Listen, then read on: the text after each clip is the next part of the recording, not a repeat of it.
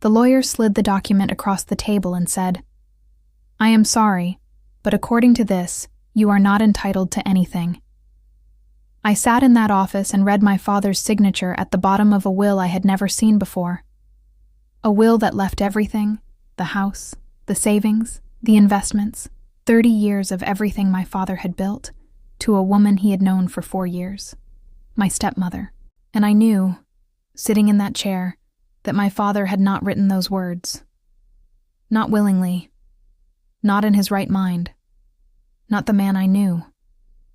So I did what she never expected me to do. I proved it.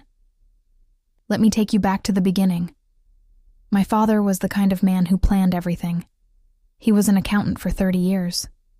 He had a folder for everything: taxes, insurance, warranties for appliances he had owned since the 90s. When my mother passed away 12 years ago, he sat me down within the month and showed me exactly where everything was. His will, his accounts, his wishes. He was clear, organized, and deliberate about everything. He left everything to me. I was his only child. He met Sandra 3 years after my mother died. She was warm and funny, and I wanted to like her. I tried to like her, and for a while I did. She made him laugh again. She made him cook on weekends and take trips and stop spending every evening alone in a house that felt too quiet. I was grateful for that, genuinely. But something shifted when my father got sick. It started as fatigue, then tests, then a diagnosis that changed everything. He had a degenerative condition that would slowly affect his memory and his ability to make decisions. The doctors were clear. The progression would be gradual, but it would come. And in the later stages, he would not be the same man. Sandra moved in immediately, which made sense. He needed care. I lived 2 hours away, and I visited every weekend, but I could not be there every day. She was there. I told myself she was doing it out of love. What I did not see, because I was only there on weekends and she was very careful about what happened when I visited, was what was happening during the week. It was his nurse who first told me something was wrong. Her name was Patricia. She had been caring for my father for 8 months. She called me on a Tuesday afternoon, on her personal phone, not the work line, and she spoke quietly like she was afraid of being overheard.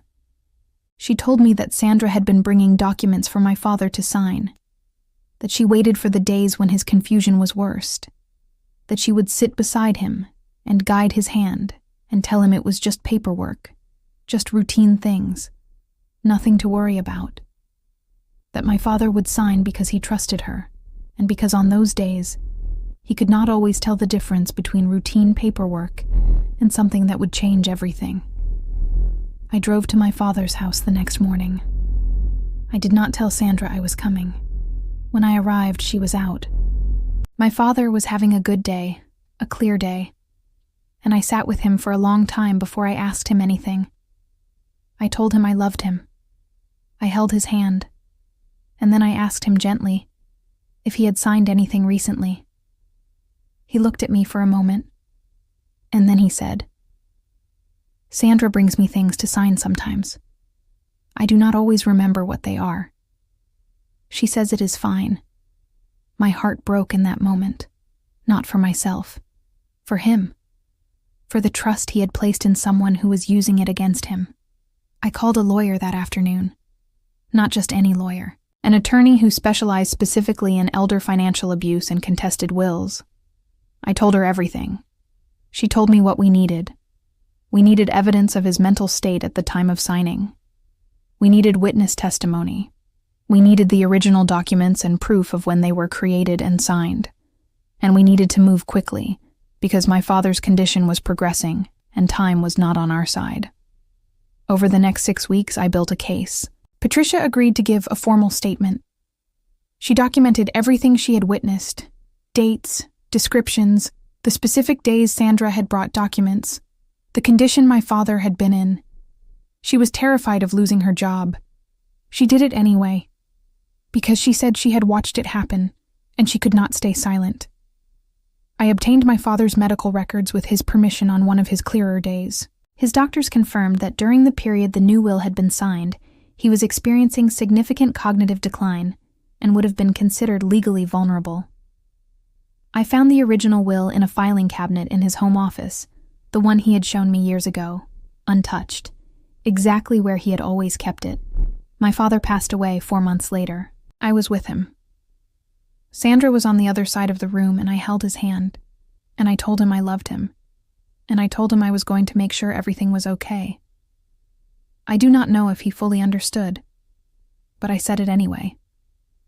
The morning after the funeral, Sandra called me into the living room and told me, very calmly, that I should speak to her lawyer about the estate, because things had changed since the last will I might have been aware of. She smiled when she said it. I looked at her and I said, I know. My lawyer will be in touch. The smile did not change, but something behind her eyes did. The legal process took 8 months. It was not easy. There were nights during those 8 months when I sat alone in my apartment, surrounded by documents and evidence and depositions, and I missed my father so much I could not breathe. Not just the father at the end, the one who could not always remember what he had signed. The father before all of it. The one with the filing folders and the careful handwriting and the way he always said, I want you to be taken care of. I want you to be okay. Those nights were the hardest, because I was fighting for what he wanted, but he was not there to see it. Sandra had her own lawyers and she fought every step. She claimed the will was valid, that my father had been of sound mind, that their relationship had been loving, and the changes had been his idea entirely. She gave interviews to family members. She painted me as a difficult daughter who had never accepted their relationship. She was very good at performing grief while simultaneously dismantling everything my father had left behind. We had a confrontation outside the courthouse on the 3rd month of proceedings. She grabbed my arm in the parking lot and told me very quietly that I was embarrassing myself, that my father had loved her, that I was dragging his memory through the mud for money. I looked at her hand on my arm. Then I looked at her. I said, Patricia sends her regards. She let go. We had Patricia. We had the medical records. We had the testimony of 2 of his doctors. We had handwriting analysis that raised serious questions about the signature. And we had the original will, dated years earlier, clear and deliberate, written by a man who knew exactly what he wanted. The day of the ruling, I sat in that courtroom, and I held the folder my father had given me years ago, the one with his original will inside. I held it the entire time.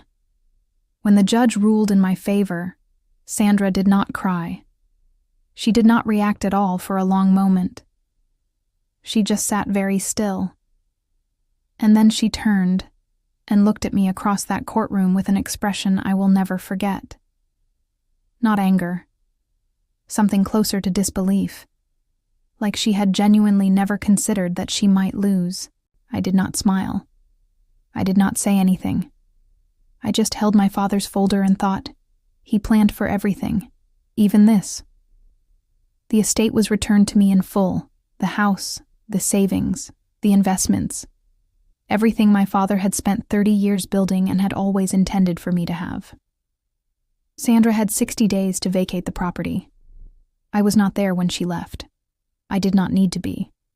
I had already said everything that needed to be said inside a courtroom, with evidence and witnesses and the truth laid out clearly for everyone to see. I moved into my father's house 3 months later. I kept his filing system exactly as it was.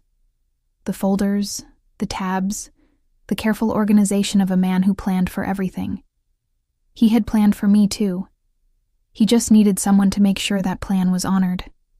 I was that someone. This story was submitted by one of our viewers. Names and details have been changed to protect her identity. If you want to share your own story with us, the link is in the description. Every story deserves to be heard. If this resonated with you, leave a comment below. And if you know someone who needs to hear this today, share this video with them. Subscribe to Confess to Me for new stories every week.